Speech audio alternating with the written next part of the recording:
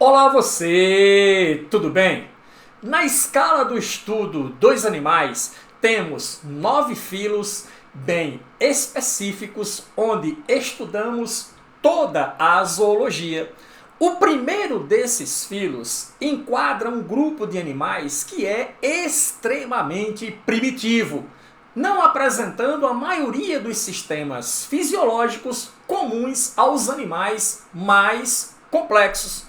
Não tem sistema respiratório, não tem sistema excretor, não tem sistema nervoso, não tem sistema circulatório. Eu sou o professor Billy Paul, do canal de Ciências Biológicas e Autodesenvolvimento, e este é o assunto da nossa aula de hoje, introduzindo o primeiro filo da escala zoológica, estudo dos poríferos. Vamos lá?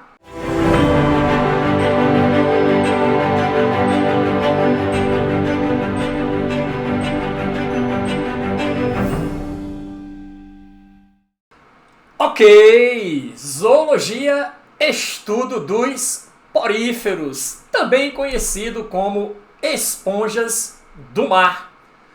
Muito bem, os representantes marcantes deste grupo são especificamente as esponjas do mar. E a primeira coisa que nós vamos analisar são as características embriológicas desses animais. Se você ainda não assistiu a aula sobre características embriológicas dos animais, recomendo que você volte lá na nossa playlist de zoologia e dê uma olhada nesta videoaula sobre as características embriológicas para que você possa entender a classificação dos animais quanto à simetria, quanto ao celoma, quanto ao blastóporo e quanto aos folhetos embrionários, beleza? Mas quais são as características embriológicas do grupo de animais da zoologia que são os mais primitivos? Primeira coisa, quanto à simetria, eles são assimétricos. Muitos deles têm formas, estruturas morfológicas, anatômicas muito disformes, o que faz com que eles tenham uma estrutura basicamente assimétrica. Mas alguns, quando apresentam simetria, essa simetria ela é radial. São animais acelomados, não possuem celoma e nem poderiam ter o desenvolvimento do celoma porque não apresentam os folhetos embrionários. Eles não têm organização tecidual, então não apresentam durante o desenvolvimento embrionário ectoderme, endoderme ou mesoderme. Beleza? São animais bentônicos, ok? E, consequentemente, sésseis, não se locomovem, eles vivem exatamente fixos nas profundezas oceânicas e sem organização tecidual. Eles não formam tecidos, como os outros grupos animais mais evoluídos e mais complexos. O que eles têm, na verdade, é um grupo de células específicas que, de modo independente, executam toda a fisiologia desses animais. Beleza? Ora, que características gerais são implícitas a este grupo? Primeira coisa, fazem parte do sub-reino Parazoa e apresentam poros em toda a superfície do corpo. Daí a denominação poríferos, exatamente pela presença de poros em toda a superfície do corpo. Maioritariamente marinhos, embora haja representantes ducícolas. O que é que significa o termo ducícolas? Representantes de água doce, mas a maioria deles são de água salgada. Olha aí, sem tecidos verdadeiros, consequentemente são animais ablásticos, beleza? Por não apresentarem tecidos. Possuem, na verdade, como falamos, um grupo de células que respondem pela fisiologia do animal.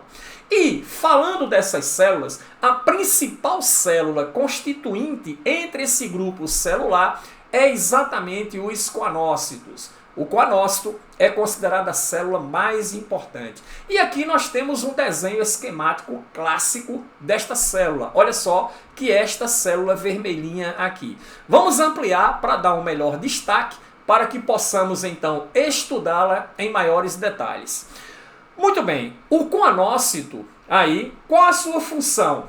Fazer a captura e digestão de alimentos. Então ela captura alimentos ela de certa forma fagocita, ok? Partículas que podem funcionar como alimento para o porífero e faz a digestão intracelular, obtendo assim nutrientes importantes para a sobrevivência do animal.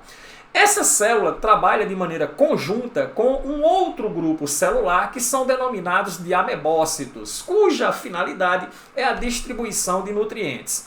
O amebócito tanto participa do processo reprodutivo do animal, como faz a distribuição básica de nutrientes. E aqui a gente tem um desenho esquemático bem legal para você verificar como está organizada essa célula, que é a mais importante desses animais. Então olha só, aqui eu tenho o corpo celular propriamente dito, aqui eu tenho vacúolos digestivos, tá certo? Cuja finalidade é exatamente promover o processo de digestão. Associado a essa célula, vou encontrar essa estrutura aqui, que é chamada de colarinho. E dentro desse colarinho eu tenho um flagelo. Percebeu ou não? E aí, o batimento flagelar impulsiona a entrada de água no interior do colarinho. Água esta que vem cheia de partículas alimentares, que são incorporadas, que são endocitadas pelo coanócito, onde é efetivado o processo de digestão intracelular. Os nutrientes resultantes desse processo de digestão, eles se difundem, processo de difusão, para esta célula verdezinha aqui, que tem o aspecto de uma ameba, que é chamado de amebócito. E esse amebócito faz a distribuição de nutrientes para as demais células que compõem a estrutura anatômica do animal e que não tem a habilidade ou a capacidade do coanócito de endocitar partículas alimentares e fazer a digestão intracelular. Aí você diz assim, Billy Paul, então essa célula aqui, ela funciona como se fosse o nosso sangue, que faz a distribuição de nutrientes para todas as células e tecidos do corpo? Exatamente isso aí. Por ela ser, como ela ser parecida com uma ameba, ela apresenta movimento ameboide, o que a permite se deslocar pelas paredes corpóreas do animal com extrema facilidade. Beleza? Voltando aqui para o esquema, as demais células que compõem a estrutura anatômica do porífero são os pinacócitos, que respondem pelo revestimento do corpo, os porócitos, que regulam a entrada de água, beleza ou não? E os amebócitos, que fazem a distribuição de nutrientes e também se diferenciam em gametas. Eles têm a capacidade de se diferenciar de gameta, favorecendo assim o processo de reprodução sexuada nesses animais. A sustentação do corpo. Billy Paul, como está organizado o esqueleto nesses animais? Ora, o esqueleto é um esqueleto de espículas. Essas espículas podem ser de carbonato de cálcio ou podem ser de sílica. Elas se emaranham, elas se entrelaçam de tal forma a constituir uma estrutura esquelética onde as demais células vão se apoiar. E toda essa estrutura de espículas é reforçada por uma rede de espongina, que é uma proteína específica que foi, ou já foi, ou ainda é muito utilizada para a produção de esponja de banho. Entendido? Tá ok? Exatamente pelo seu aspecto esponjoso. É uma proteína esponjosa. Belezinha? Show de bola? Aqui nós temos um outro esquemazinho mostrando pra gente como está organizada a estrutura anatômica das esponjas, dos poríferos. Então olha só, aqui eu tenho a estrutura corpórea do animal, tá? Olha só, essa parede externa, mais externa aqui, tem essas células aqui, ó, que está formando aqui uma espécie de ladrilho, ok? Essas células aqui correspondem exatamente às células que constituem, digamos, uma epiderme, uma pseudoepiderme no animal, que é o espinacócitos. Olha lá, aqui eu tenho o formato específico do espinacócitos, que forma uma espécie de ladrilho, promovendo o revestimento corpóreo anatômico do animal pelo lado externo. Aqui dentro eu tenho uma cavidade. Essa cavidade é chamada de átrio ou espongiocele, ou espongiocélio, que é ligada a uma abertura superior que é denominada de ósculo. Beleza? Perceba o seguinte, olha aí. Perceba que essa parede interna dentro da cavidade espongiocele, é revestida por um grupo de células flageladas. Essas células flageladas são especificamente os coanócitos. E aí, olha só que coisa legal. Tá vendo aqui o coanócito, que nós definimos a estrutura dele detalhadamente?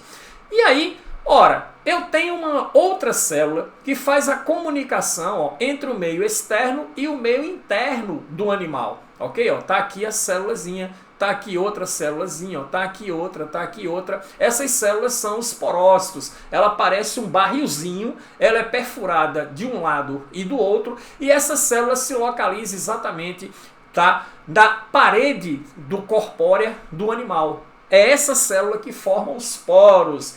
A água em volta do animal penetra pelo porócito, invade a espongiocele. O batimento flagelar dos coanócitos permite a captura de alimento, e aí a célula coanócito endocita e faz o processo de digestão intracelular, transferindo os nutrientes resultantes para os, olha ele aqui, os amebócitos, células em forma de ameba, que tem movimento ameboide, que se encontra localizada entre as duas paredes corpóreas do animal. A parede externa, formada pelos pinacócitos, que promove o revestimento corpóreo, e a parede interna, ok, revestida pelos coanócitos, que fazem a captura e a digestão de alimento a nível intracelular.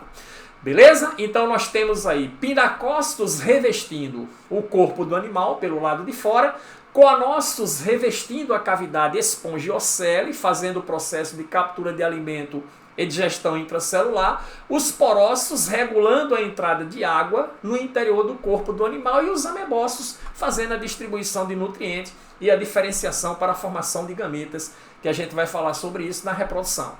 Beleza? E aqui nós temos, olha só, essa estrutura aqui e essa estrutura aqui, que se refere às espículas. Ok? Espículas que podem ser de carbonato de cálcio, espículas que podem ser silicoses, que se entrelaçam e se emaranham, envolvidas por uma rede de espongina, formando então o esqueleto interno do animal, right? Já que ele apresenta um endoesqueleto. Beleza? Show de bola! E aí vem sistemas ausentes. Quais são os sistemas que os poríferos não apresentam? Sistema digestório. Eles não apresentam órgãos específicos fazendo digestão ou tecidos específicos fazendo a digestão. O que ele tem são os coanócitos que fazem a captura e digestão de alimentos. Sistema circulatório, não há circulação, não há sangue, não tem coração, não tem vasos sanguíneos, nada disso. O que ele tem são os amebócitos que fazem, consequentemente, a distribuição de nutrientes capturados a partir dos coanócitos. Sistema respiratório não tem. Todo o processo de respiração, a troca de gases, é feita por difusão das células que constituem a estrutura anatômica do animal diretamente com o meio ambiente. Ok? Libera-se o CO2 e capta-se o oxigênio. É um mecanismo completamente realizado por difusão. Não há um sistema respiratório para isso. Sistema excretor também não possui. Todos os excretas também são eliminados das células de modo independente, individualmente, para o meio, através de processo de difusão. Não há sistema nervoso. Esses animais não têm sistemas sensoriais, não apresentam células nervosas de qualidade nenhuma, sendo, portanto, denominado de aneuromiários. O termo aneuromiários significa exatamente isso, ausência de sistema nervoso. Ora, sem sistema nervoso, claro, também não vão apresentar órgãos sensoriais. Concluindo, animais altamente primitivos, que não apresentam a maioria dos sistemas fisiológicos encontrados em animais mais complexos. Mas apesar do seu primitivismo, é importante ressaltar que caracterizam-se por serem animais filtradores. As esponjas vivem no meio ambiente filtrando. A água tende a ficar limpa, porque elas retiram as impurezas que possam existir naquele meio ambiente aquático onde elas estão. E também funcionam como excelentes berçários para peixes. Olha só essas duas imagens que temos aqui. Ó, aqui é o seguinte, essa coisinha verde que você está vendo aqui, O mergulhador passando por aí, existem vídeos mostrando isso bem detalhadamente no YouTube, você pode verificar, mas o cara chegou com uma seringa com esse pigmento aqui, essa substância verde aqui, coloca pelo lado de fora da esponja, ela absorve através dos porócitos junto com a água e a tal substância verde, olha só, escapa pelo ósculo, que é a abertura superior que você encontra aqui nesses animais. E aqui você está vendo uma esponjazinha, olha, mostrando a cavidade espongiocele por cima, a abertura, o ósculo e um peixe aqui dentro, tá? Os peixes costumam desovar dentro dessas esponjas que têm cavidades bem expressivas. Então, por isso a gente considerar que elas funcionam muito bem como berçário para os peixes. Belezinha? Show de bola? E agora vamos comentar sobre a reprodução. Reprodução, ela pode ser assexuada através de brotamento, através de gemulação ou através de regeneração. Mas elas podem reproduzir também sexuada por fecundação cruzada, através da produção de gametas. Esses gametas, eles se diferenciam a partir de amebócitos. Isso, amebócitos, aquela célula que também faz a distribuição de nutrientes nesses animais. Tipos de esponjas. Antes da gente falar sobre os tipos de esponjas, vamos analisar aqui os mecanismos de reprodução. Olha só, aqui nós temos a reprodução por brotamento. Perceba, ó, você tem aqui a esponja, ok? E na parede corpórea da esponja surge uma protuberância. Inicialmente, essa protuberância ela é constituída por células indiferenciadas e à medida que a estrutura se desenvolve, elas vão se diferenciando, formando uma estrutura jovem. Detalhe super importante, essa estrutura jovem aqui, perceba que ela se destacou do indivíduo que lhe deu origem e se fixou no ambiente, ok? À parte, evoluindo então para uma esponja adulta. Isso pode acontecer ou esse broto jovem, ele permanece unido ao indivíduo que lhe deu origem. Caso isso aconteça, você tem a formação de uma colônia. Que uma colônia nada mais é do que um grupo de organismos que estão ligados uns aos outros anatomicamente. Aqui você tem o aspecto de uma gema no processo de gemulação. A gema é protegida por espículas. Aqui dentro da estrutura você tem células capazes de originar novas esponjas, tá? Essa estrutura, a gema, ela vai surgir na parede interna do corpo do animal, lá dentro da espongiocele, ela então escapa pelo ósculo, formando novas esponjas. E aqui, se você pega uma esponja e você fragmenta, o que é que vai acontecer? Os fragmentos, olha só, eles são capazes de se reestruturar, formando novas esponjas. Brotamento, gemulação, regeneração. Na reprodução sexuada, olha só a reprodução sexuada. Aqui ele está mostrando a parede do corpo da esponja. Aqui você tem, olha só, o agrupamento de esponjas. Então você percebe que tem uma esponja aqui de certa forma masculina, tem uma esponja aqui que funciona como uma esponja feminina. Gametas são produzidos, espermatozoides são produzidos pelo indivíduo de natureza masculina, tá certo? Esses espermatozoides, eles escapam pelo ósculo e aí penetram na parede do corpo, eles penetram aqui na parede do corpo do animal através dos porócitos, vêm para dentro da cavidade espongiocele e fecundam o óvulo que está aqui, nessa região da parede corpórea do animal. Isso vai originar um zigoto que evolui para a formação de uma larva. Essa larva é uma larva ciliada, natante, chamada de anfiblástula. Essa anfiblástula, então, escapa pelo ósculo, que é a abertura superior da esponja, procura um ambiente para se fixar e se diferencia, formando então novas esponjas adultas. Beleza? Show de bola? Para concluir esse nosso estudo de poríferos, esponjas do mar, vamos falar sobre os tipos clássicos de esponja, o tipo ascon, o tipo sicon e o tipo leucon. A característica característica da esponja do tipo Ascom, que é o tipo mais simples, é que ela apresenta canal exalante e canal inalante. A Sicom tem canal exalante, mas esse canal exalante ele está revestido por coanócitos, ela tem complexidade intermediária, e a mais complexa que é o tipo Leucon, que apresenta a câmara vibrátil. Billy Paul, não entendi.